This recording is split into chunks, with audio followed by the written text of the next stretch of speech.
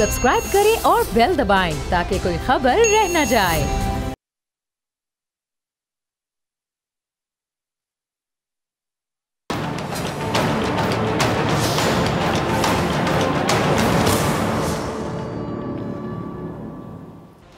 अस्सलाम वालेकुम नाज़रीन, मैं हूं डॉक्टर फिजा अकबर खान और मैं हूं पाकिस्तान और आप देख रहे हैं पाक भारत टाकरा। मकबूजा कश्मीर में भारत अपने जुल्म सितम के खेल से बाज नहीं आ रहा। इस वक्त जब सारी दुनिया की तवज्जो अफगानिस्तान की सिचुएशन पर है, अफगानिस्तान की सूरत हाल पर है, भारत अब भी खुल्लम खुला मकबूजा वादी में इंसानियत को कुचलने में मसरूफ़ है, खून रेजी कर रहा है, खून की नदियाँ बहा रहा है। कश्मीरियों से नफरत इस हद तक जा पहुँची, ज़रा सोचिए कि भारतीय फ़ौज कश्मीरियों के खून की इस हद तक प्यासी बन बैठी है कि सड़क पार करने वालों को नहीं बख्शती और अपनी गाड़ी का इस्तेमाल करके उनको कुचल देती है, ताकि कोई पूछे तो ये कहा जाए कि तो गलती से हो गया, ये तो एक्सीडेंट था। अब ऐसा ही कुछ गुज़िश्ता दिनों भारतीय फ़ौज के दरिंदों ने एक बुजुर्ग खातून के साथ किया। वो सड़क से गुजर रही थी और भारतीय फ़ौज ने जानबूझकर उनको कुचल डाला और वो बुजुर्ग खातून मौके पर दम तोड़ गई। दूसरी जानिब काले कवानीन, नस्ल कुशी का प्लान, कश्मीरी मुसलमानों की अक्सरियत को अकलियत में तब्दील करने का मिशन भी वहाँ जारी है। मकबूजा कश्मीर की खुसूसी हैसियत ख़त्म करने के बाद मोदी सरकार भारतीय शहरियों का सैलाब कश्मीर भेज रही है ताकि कश्मीर की डेमोग्राफी को तब्दील कर दिया जाए, जो कि आलमी कवानीन की खुल्लम खुल्ला खिलाफ वर्जी है। भारतीय हुकूमत कश्मीरी रहनुमाओं को कोने में लगाकर गैर कानूनी तरीके से कवानीन में तरामीम करके वादी में हिंदुस्तानियों को बसा रही है, जो कि अक़वाम मुत्तहिदा आलमी कवानीन के बरक्स है। भारत कश्मीर से कश्मीरियों का वजूद, उनका कल्चर, उनकी सियासत सब कुछ मिटाने के मिशन पर है। कश्मीरी नौजवानों के खून की कोई अहमियत नहीं। जेलों में कोरोना फैला हुआ है, मगर रोज़ बरोज़ भारत जेलें भरता जा रहा है। भारत कश्मीर में हिटलर बना हुआ है और बैनुल-अक़वामी फोरम्स पर मासूमियत और मजलूमियत का रोना रोता नजर आता है। खुद ही हमले करवाता है और इल्ज़ाम पाकिस्तान पर डाल देता है। मगर यही वक्त है भारतीय चाल को नाकाम बनाया जाए और इसे मात दी जाए। इस पे बात करने के लिए मेरे साथ मेहमान मौजूद हैं, अतर काज़मी, अब्दुल्ला हमीद गुल साहब और दुबे जी। आप तीनों का बहुत शुक्रिया वक्त देने के लिए। पहले मैं दुबे जी आपकी तरफ आना चाहूँगी। एक खातून को कुचला गया, आपके पास कोई जवाब? जुल्म की इंतहा हो गई, क्या इंसानियत मर गई है भारत में? आप कह दें कि एक्सीडेंट था वो? जी, प्रोपेगेंडा बनाने की आदत पाकिस्तान की पुरानी है, इसमें कुछ भी दया नहीं कि किस तरह प्रोपेगेंडा बनाया जाता है। ये पाकिस्तान से ज्यादा और कोई नहीं जानता ये सीखने। मेरे ख्याल से अगर हमारे यहाँ एक जो नेशनल स्कूल ऑफ ड्रामा है, वहाँ ड्रामा सिखाया जाता है, जबकि मुझे ऐसा लगता है कि असली ड्रामा तो पाकिस्तान से सीखने की जरूरत होती है कि किस तरह एक हादसे को इतना बड़ा चढ़ाकर जो पेश किया जाता है। क्यों नहीं कभी उस हादसे के बारे में जिक्र किया जाता जिसमें चीन के लोगों की जान चली गई। अभी तक उसे यही बताया जा रहा है कि वो हादसा है, जबकि हकीकत पाकिस्तान भी बहुत अच्छी तरह से जानता है।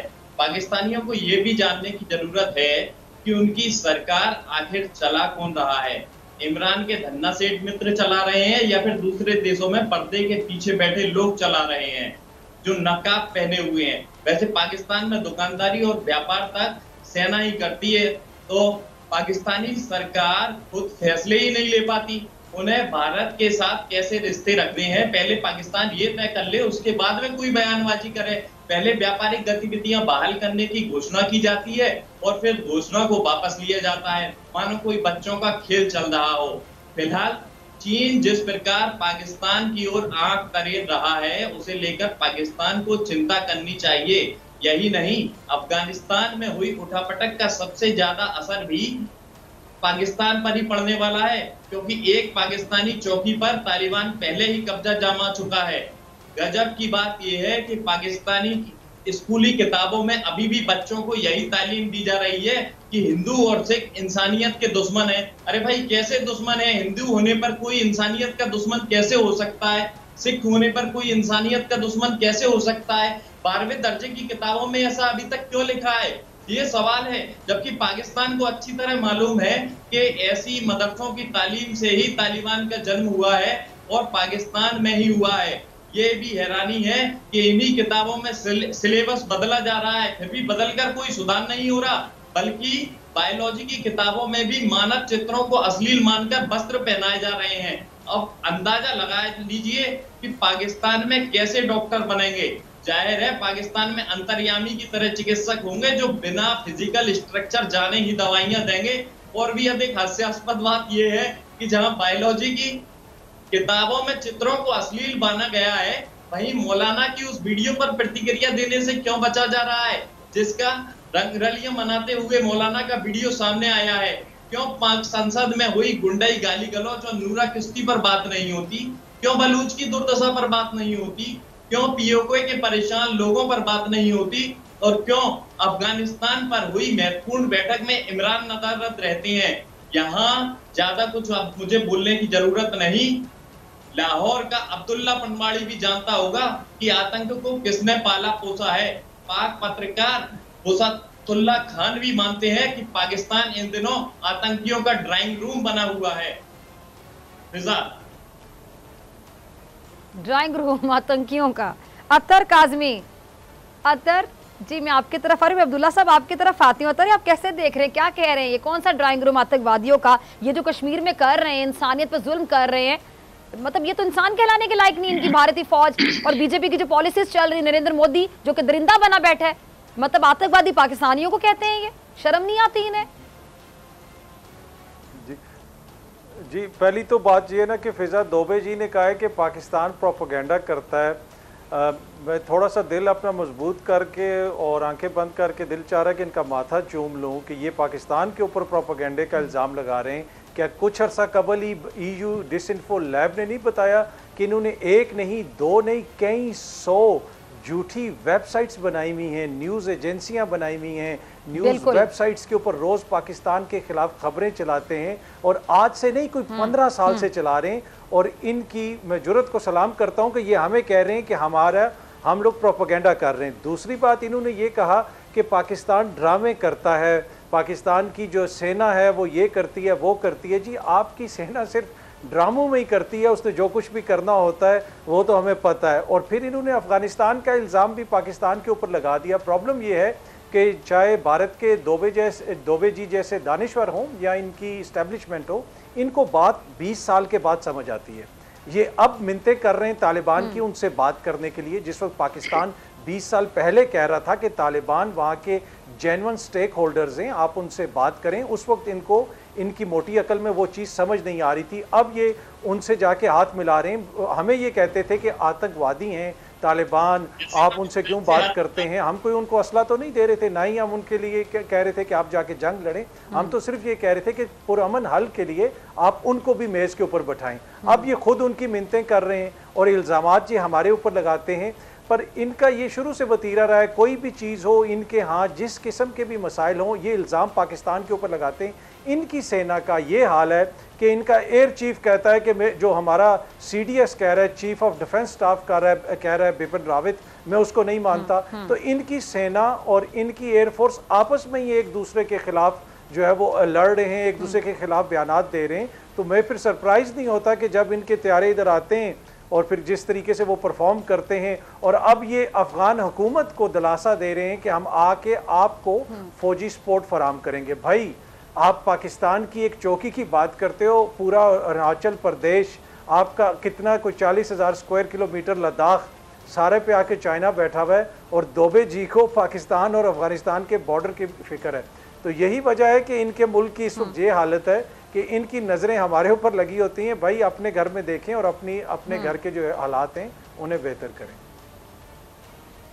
ठीक है जी, अब्दुल्ला हमीद गुल साहब मैं आपकी तरफ आना चाहूँगी। अपने घर के हालात ये कहाँ बेहतर करेंगे भारत वाले?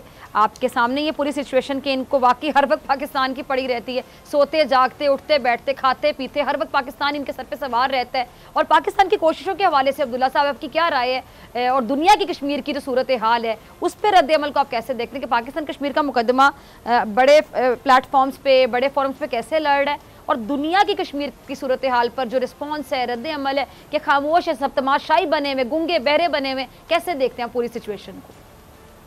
बिस्मिल्लाहिर्रहमानिर्रहीम, बहुत शुक्रिया आपका। और दुबे जी ने कुछ बातें कही जिनका मैं जवाब जरूर देना चाहूँगा। पहली तो बात यह है कि ड्रामे तो यहाँ यह आलम है कि पाकिस्तान का वारिस ड्रामा चलता था तो भारत के अंदर गलियां सुनसान हो जाती थी, लोग शादी ब्याह नहीं करते थे कि पाकिस्तान का ड्रामा चल रहा है। तो ये तो उन्होंने हमसे सीखा, बहुत अच्छी बात है। ये वही हमारी मलका तरन्नुम नूरजहान और मेहदी हसन जाते थे, जिनके लिए खुद जो है वो लता मंगेशकर साहिबा कहती रही कि इनके गले में तो भगवान बोलते हैं। तो यानी कि उस मामले पे भी हम इनसे आगे थे, हॉकी में भी इनसे आगे, क्रिकेट में भी हम इनसे आगे, किस चीज़ के अंदर चाय पिलाने में भी हम इनसे आगे, चाय भी हमारी पीते हैं। एक पहले जो है वो जहाज के चाय पी गया, दूसरा जो है वो आना चाहता था जंग के अंदर और कहता था कि जी मैं वहाँ लाहौर जिमखाना में चाय पीऊंगा, वो अपनी गाड़ी छोड़ गया। आज भी पाकिस्तान के म्यूजियम में भारतीय आर्मी चीफ की 4 सितारे लगी हुई गाड़ी वहाँ मौजूद है। तो ये आलम तो इनका है। बहरहाल दूसरी तरफ इनको चीन की बहुत फिक्र हो रही है। चीन का मेरे ख्याल में दुबे जी ने शायद अखबार नहीं पढ़ा और ना पाकिस्तान की न्यूज़ देखी है। दुबे जी, आपको मैं यही मशवरा दूंगा कि आप अपडेट होके जो है टीवी पे आया करें। उसकी वजह यह है कि पाकिस्तान ने एक्सेप्ट कर लिया कि उसके अंदर जो है बाकायदा दहशतगर्द मुलविस थे। और दुबे जी, आपसे ज़्यादा बेहतर कौन जानता है, आप तो दहशतगर्दों के अमाजगाह हैं। आप जैसे तो कुलभूषण यादव भेजते हैं, आप कश्मीर सिंह और जो है सुरबजीत सिंह भेजते हैं, पाकिस्तान में दहशतगर्दी करते हैं, फिर उनका एक्सेप्टेंस आ जाता है, फिर उनके ऊपर इंटरनेशनल वॉर क्राइम्स के मुताबिक मुकदमा चलता है। तो आपको तो पता है कि दहशतगर्दी कौन करता है, बलूचिस्तान के अंदर कौन करता है। आपसे कौन बेहतर जानता है कि बलूचिस्तान में जब नरेंद्र मोदी ने लाल किले में खड़े होके और बलूचिस्तान की आज़ादी के हवाले से बातें कही थी, तो आप तो जानते हैं। और फिर कौन गांधी की जो है वो समाधि के ऊपर लेके गया, किसको, बरामदाख बुख्ती को और दीगर को जो पाकिस्तान के दुश्मन थे, जो इंटरनेशनल टेररिस्ट हैं, आप उनकी जो है वो सरबराही करते हैं। और फिर सैफरॉन टेररिज्म का नाम जो है आरएसएस को किसने दिया? सीआईए ने दिया, पाकिस्तान ने नहीं दिया। उन्होंने कहा कि ये सैफरॉन टेररिस्ट हैं। और उसके बाद जो सिटीजनशिप अमेंडमेंट एक्ट के ऊपर आप जो ह्यूमन राइट्स की धज्जियां उड़ाते हैं, कश्मीर के ऊपर इंटरनेशनल रिपोर्ट्स के अंदर 2 रिपोर्टों के अंदर आपको बताया गया कि आपने ह्यूमन राइट्स की धज्जियां उड़ा दी। काले कानून आप वहां करते हैं, कोटा करते हैं, टाडा करते हैं, और इसी तरीके से कश्मीर के अंदर आप जो दीगर ह्यूमन राइट्स की वायलेशन करते हैं। और ये इंडियन ट्रक का नंबर लिखा हुआ है दुबे जी, जिसके नीचे एक औरत को कुचला हुआ है। ये आप इसको रिजेक्ट नहीं कर सकते। आप इधर उधर की बातें ना घुमाए ना, कि बातें घुमाने से बात नहीं बनेगी। और फिर अफगानिस्तान के अंदर आपको पेट में मरोड़ तो उठना ही चाहिए, क्योंकि साफ सी बात है, अफगानिस्तान में तालिबान ने किसी को हाथ नहीं लगाया, किसी फॉरेनर को हाथ नहीं लगवाया, मां सिवाय इनके कि उन्होंने कंधार में जाके आपकी कौंसल खाने को जो है वो फतह किया और वहां से खुफिया चीजें निकाली। और उसके बाद आपके जो लिंक्स थे, जो कि पाकिस्तान में टेररिज्म करा रहे थे, जो आपके 5 कौंसल खाने वहां बैठे हुए हैं, वो क्या करा रहे हैं? दहशतगर्दी का खेल करा रहे हैं। रातों रात आपके जहाज आते हैं, कौंसल खाने का सामान रात की तारीकी में उठा के अफगानिस्तान लेके चले जाते हैं। आपको मरोड़ तो उठने हैं, क्योंकि $4.2 बिलियन की जो आपने इन्वेस्टमेंट की है वो आपको डूबती हुई नजर आ रही है। आपका जो स्ट्रेटेजिक डेप्थ का प्रोग्राम था अफगानिस्तान के अंदर, वो तो ले डूबा। और इसी तरीके से तालिबान ने जो आपको अभी जो है वो बाकायदा एक वार्निंग दे दी है कि भारत अगर इसके अंदर इन्वॉल्व होगा तो फिर वो सख्त संगीन नताइज भुगतेगा। तो जो देते थे दवाए दिल काबुल वाले आपके बहुत करीबी अमरुल्लाह सालेह और दीगर, हनीफ अतमर और इसी तरीके से अशरफ गनी और दीगर, वो तो अब जाते हुए नजर आ रहे हैं। तो आपकी तो लुटिया डूब गई। और चाइना का खास तौर पे मैं आपको जरूर बोलूंगा कि चाइना के अंदर आज आपको बड़ी चाइनीज के साथ मोहब्बत आ रही है।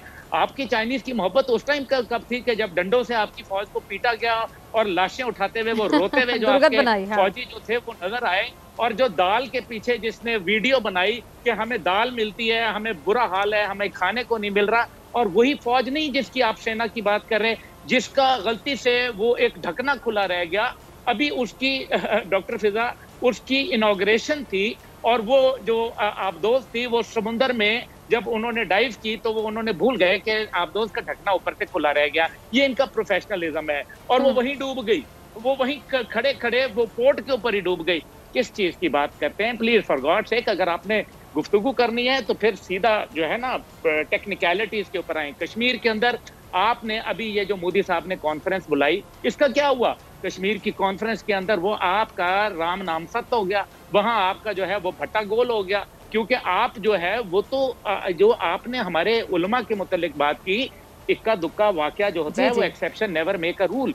लेकिन आप ये बताएं कि वो जो अलोरा और अजंता की गारों के अंदर आपके स्वामी जी करते हैं, जो वहाँ गुफाओं के अंदर जो है वो खवातीन को छोड़ के 1 हफ्ते के लिए लोग चले जाते हैं, उसके मुतालिक क्या ख्याल है दुबे जी? ऐसी बात ना करें, जिसके सवाल जो है वो हमें भी बहुत सारे आते हैं, जवाब हमें भी पूरे आते हैं। और फिर आप ये बताइए, चलिए अब दुबे जी से जवाब लेते हैं अब्दुल्ला साहब आपके सवालों का। जी जी जी अब्दुल्ला साहब आप बात कंप्लीट कीजिएगा, फिर मैं दुबे जी से जवाब लेती हूँ। ठीक है जी, चलिए अब्दुल्ला, ठीक है अब्दुल्ला हमीद गुल साहब के सवालों का मेरे ख्याल से अब दुबे जी आपके पास कोई जवाब नहीं होगा, अगर होगा तो आर्गुमेंट करके दिखा दें फिर। जी जिस तरह की बातें यहाँ पर हो रही हैं, जो झूठ की दुकान लगाई जा रही है, जैसा कि अतर काज़मी जी ने भी कहा, जिस EU डिसइंफॉर्मेशन लैब की रिपोर्ट का बार बार पाकिस्तान की मीडिया में लहराया जाता है, सभी जानते हैं EU डिसइंफॉर्मेशन लैब क्या है। EU डिसइंफॉर्मेशन लैब कोई यूरोपियन यूनियन नहीं है, कोई सरकारी इदारा नहीं है। EU डिसइंफॉर्मेशन लैब एक पाकिस्तानी फंडेड NGO है जो पाकिस्तान के पक्ष में रिपोर्ट्स जारी करता है, जिस झूठी रिपोर्ट को लहराकर पाकिस्तान की मीडिया खुश होता है और वाहवाही मनाता है। कभी अमेरिका की ब्लैक लोटस की रिपोर्ट को क्यों नहीं उठाया जाता? किस तरह से पाकिस्तान की पोल खुली गई है ब्लैक लोटस की रिपोर्ट में कि पाकिस्तान साइबर अटैक किस तरह से लोग कर रहा है, हैकिंग का किस तरह से काम पाकिस्तान से चल रहा है। इन चीजों को खुलकर अब सामने आने की जरूरत है। पाकिस्तान में जो स्थितियां हैं वो बद से बदतर बनी हुई हैं और आतंकियों को शरण देने का काम कोई आज से नहीं हो रहा।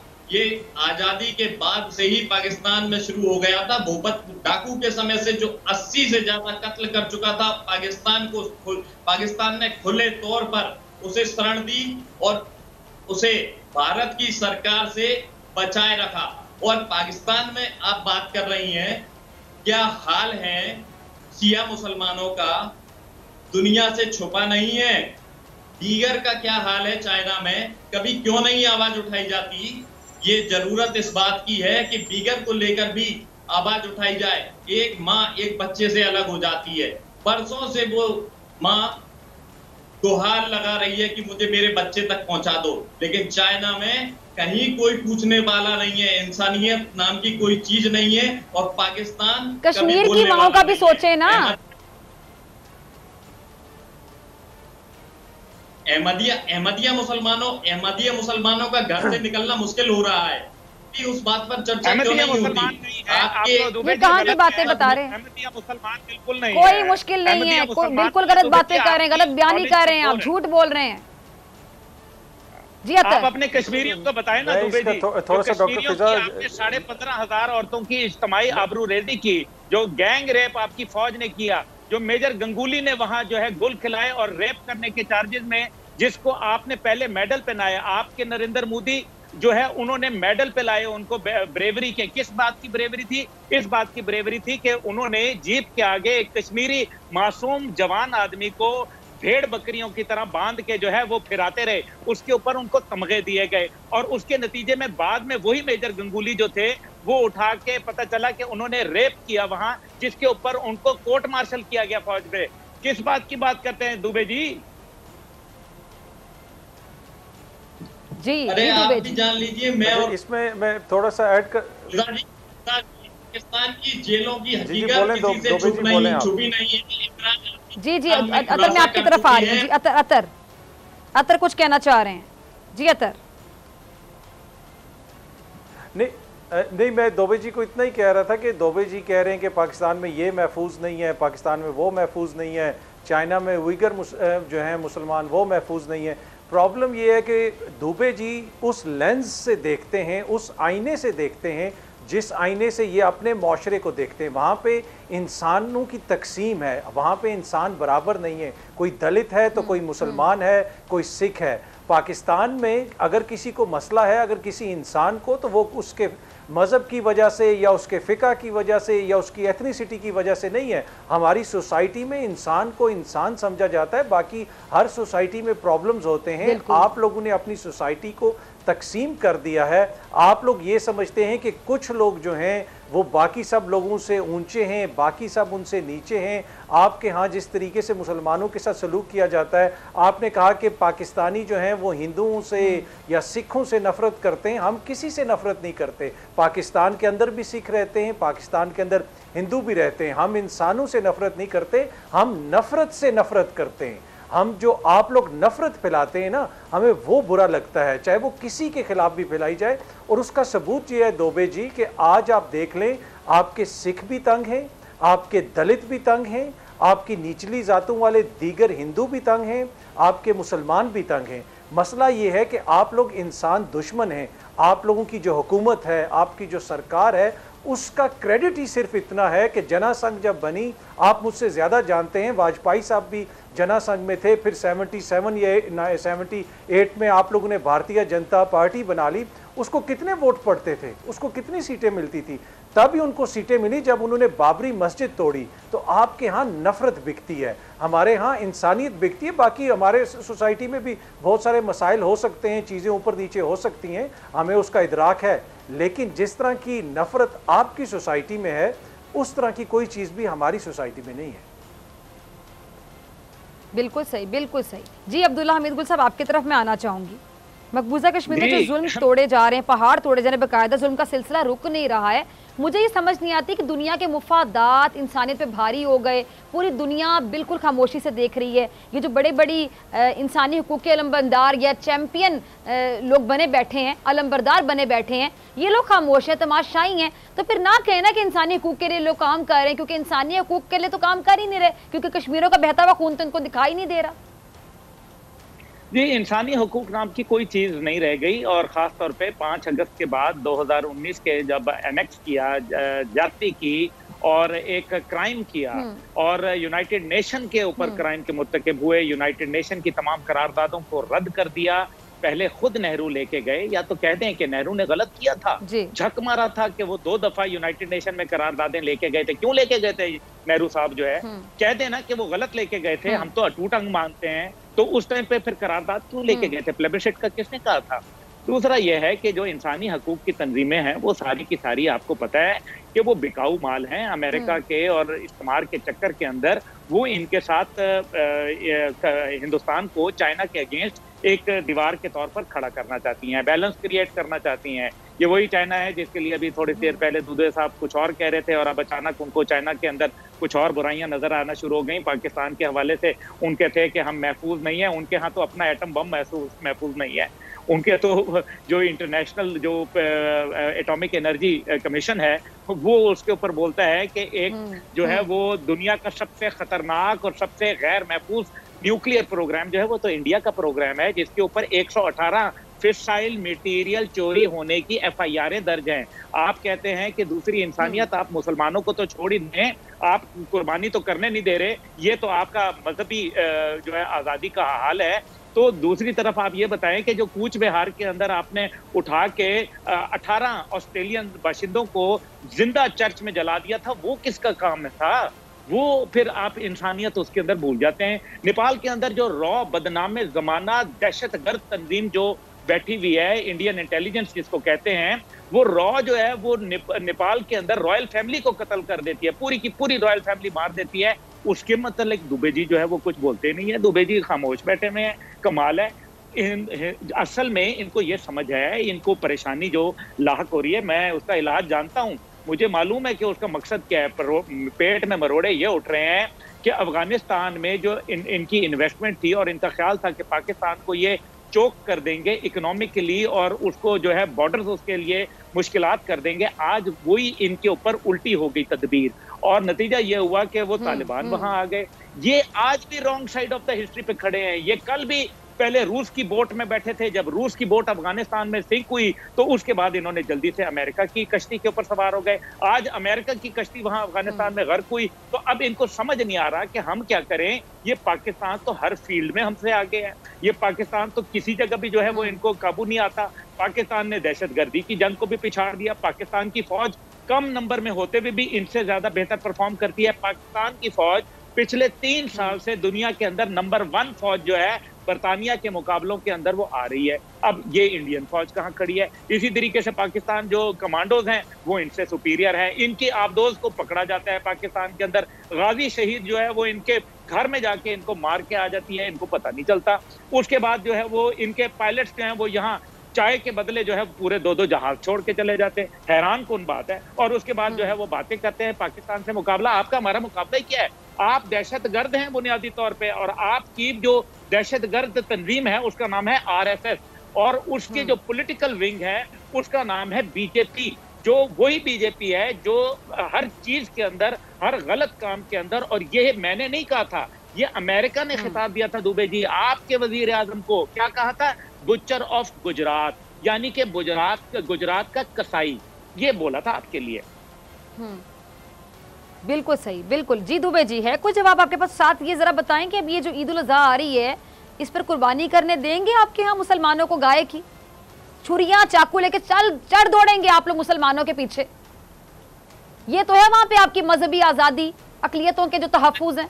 गाय की कुर्बानी हम नहीं देते। हमारे यहाँ धर्म कुछ और है, हमारी संस्कृति कुछ और है। हम अपनी संस्कृति का सम्मान करना जानते हैं और दूसरे की संस्कृति का सम्मान भी करना जानते हैं। हम नहीं कहते किसी से कि कोई इस तरह से हमारे धर्म का बात करे, लेकिन हम हमारे धर्म का पालन करते हैं। दुनिया में सबसे बड़े एक्सपोर्टर आप हैं, बड़े गोश्त की हम गौ माता की पूजा आप पूजा करते हैं, गाय को जो है वो करके आप उठा के बाहर भेज देते हैं। बाहर की दुनिया में क्यों भेजते हैं? वहां का गोश्त हलाल हो जाता है, वहां पूजा ठीक हो जाती है। दूसरे से भी हम तभी ये उम्मीद रखते हैं कि दूसरा भी हमारे धर्म का सम्मान करे, लेकिन पाकिस्तान के साथ में ऐसा नहीं होता कि वो हमारे धर्म का सम्मान करे। अगर हम पाकिस्तान के धर्म का सम्मान करते हैं तो जेलों की हकीकत पाकिस्तान में किसी से छुपी नहीं है। इमरान ने अपनी पुस्तक में और मेरा पाकिस्तान में पहले ही ये स्पष्ट कर दिया था कि किस तरह से बेकसूर और निर्दोष लोगों को पाकिस्तान की जेलों में ठूस कर रखा गया है। इमरान का महिलाओं पर दिया गया बयान पूरी दुनिया में पाकिस्तान की इमेज को बनाने के लिए काफी है। बहुत पाकिस्तान की इज्जत ऊंची हुई है, शायद आपकी भी ऊंची हुई हो अतर जी। इमरान ने क्या बयान दिया महिलाओं को लेकर, सोच से समझ में आता है कि पाकिस्तान की किस तरह की सोच है इमरान के बयान से। जी अतर काज़मी आपका लास्ट कमेंट। जी मुझे फिर क्लोजिंग की तरफ भी जाना है। जी अतर आपका लास्ट कमेंट। इमरान खान साहब के बयान के हवाले से बात करें। जी अतर। दुबे जी आपकी इज्जत तो तभी ऊंची हो गई थी जब एक महिला, जिसको आप महिला बोलते हैं और हम उसको औरत बोलते हैं, आपके दारुल हुकूमत दिल्ली के अंदर दिन दिहाड़े बीच बस के अंदर उसका रेप हो गया था। ये आपका कमाल है, ये आपकी जो है आपका मान और सम्मान बहुत बढ़ गया इस बात से। आपकी तो दुनिया में मुंह काला हुआ।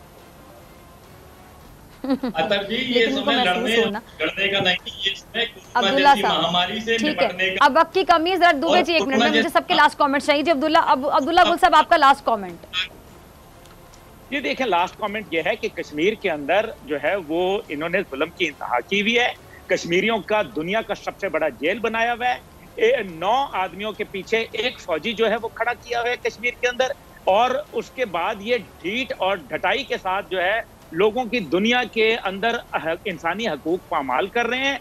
तमाम काले कवानीन जो है वो नाफिज कर दिए हैं। उसके बावजूद इनकी फौज जो है वो वहां भगोड़ी हो रही है, फौज को मार पड़ रही है, क्योंकि फौज एक नेशन से नहीं लड़ सकती। The Nations cannot be defeated, आर्मीज can be defeated. और हमने देखा कि एक तरफ चाइना ने इनको मारा, दूसरी तरफ इनको नेशन मार रही है, तीसरी तरफ से इनको पाकिस्तान का गम है। ये हमसे क्या लड़ेंगे? इन्होंने तो पाकिस्तान के गुब्बारे आके कहते हैं कि ये ISI के गुब्बारे, कबूतर आता है तो कहते हैं पाकिस्तान कबूतर चला जाए। हाँ बिल्कुल, इतना डरते हैं इनके हवासों पे सवार। पाकिस्तान का इनको फोबिया हो गया। इनको रात को भी सोते हुए ख्वाब आते हैं पाकिस्तान के, डरावने ख्वाब, कांप जाते हैं। उसके बाद इनको और अब्दुल्ला साहब एक और बात जरा ऐड कर दूं मैं, इनके लिए सबसे बड़ा अजाब तो खुद इनका प्राइम मिनिस्टर नरेंद्र मोदी है, जो खुद इनके लिए बहुत बड़ा अजाब बन के नाजिल हुआ है भारत में। Dubey ji, who needs enemy when you have prime minister like Narendra Modi? वो आपके लिए खुद ही काफी है। इंशाल्लाह ताला आपके टुकड़े करके जाएगा, देख लेना मेरी बात। जी दुबे जी, हमारे यहाँ लोकतंत्र है। जी इसके बाद मैं आपकी तरफ आती हूँ, क्लोजिंग की तरफ जाती हूँ। जी दुबे जी। पहले दुबे जी को जरा सुने जी। दुबे जी, क्या नरेंद्र मोदी से बहुत एक्सपेक्टेशन है आपको बतौर भारतीय जनता जो है बहुत उम्मीदें रखती है नरेंद्र मोदी साहब से? आप लोग चिंता ना करें, हमारे यहाँ नरेंद्र मोदी हो या फिर राहुल गांधी हो, बेहतरी की बात यह है कि हमारे यहाँ लोकतंत्र है। अगर नरेंद्र मोदी जी से जनता संतुष्ट नहीं होगी तो उन्हें भी सत्ता से हटा देगी और राहुल गांधी जी या अन्य कोई भी व्यक्ति सत्ता में आ सकता है, लेकिन हमारे यहाँ लोकतंत्र अच्छा, है। अगर बोल रहे हैं अगर सेना तख्ता पलट कर दे आपके यहाँ तो पता नहीं होता। चलें जी, अतर आपका लास्ट कमेंट, अतर काज़मी लास्ट कमेंट जी। अतर काज़मी, मेरा लास्ट कमेंट यही है कि देखें दुबे जी, समझने की चीज़ ये है कि आपका देश इतना बड़ा है, आपका जितना डिफेंस बजट है ना उससे कम हमारा पूरे मुल्क का बजट है, फिर भी आप कहते हैं कि हम आपके राइवल हैं, फिर भी हम आपके सामने खड़े होते हैं, तो इससे किसी भी कौम के कैरेक्टर को आप जज कर सकते हैं। दूसरी बात यह है कि हमारी भारत से कोई दुश्मनी नहीं है, भारत के आम लोगों से हम अच्छे हालात चाहते हैं। हमें जो प्रॉब्लम होती है, हमें प्रॉब्लम वो होती है कि जिस तरीके से आपके यहाँ कश्मीरियों के साथ सलूक होता है, दीगर माइनॉरिटीज़ के साथ सलूक होता है, जिस तरीके से अफ़गानिस्तान के थ्रू आप पाकिस्तान के अंदर गड़बड़ करवाते रहे और अपने फ़ौजियों को भूखा रख के आप अफ़गानिस्तान के अंदर दहशतगर्दों को पालते रहे, कितने बिलियन डॉलर लगा दिए।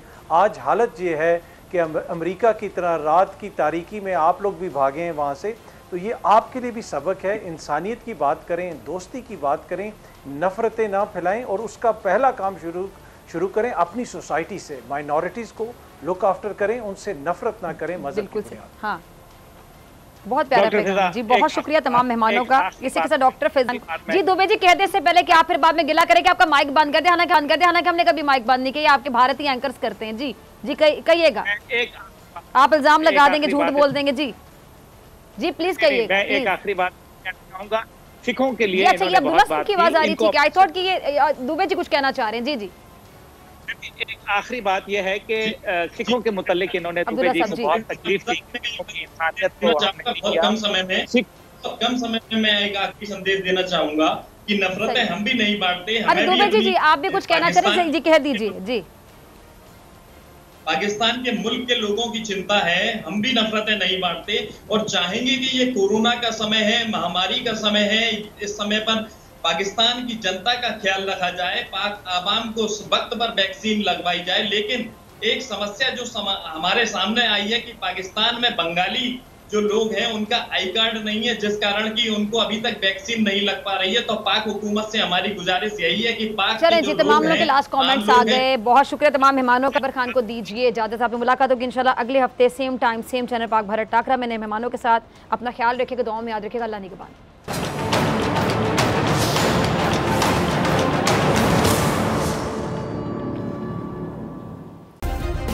सब्सक्राइब करें और बेल दबाएं ताकि कोई खबर रह न जाए।